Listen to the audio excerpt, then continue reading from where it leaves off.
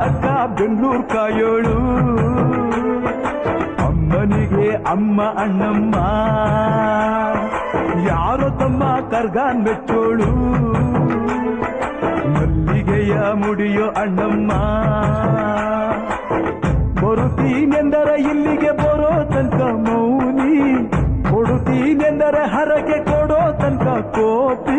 ಆಡಿದ ಮಾತನ್ ಮೀದಿರೋ ಭಕ್ತರ ಇವಳಿಗೆ ಇಷ್ಟ ಇಷ್ಟ ಬೆಂಗಳೂರು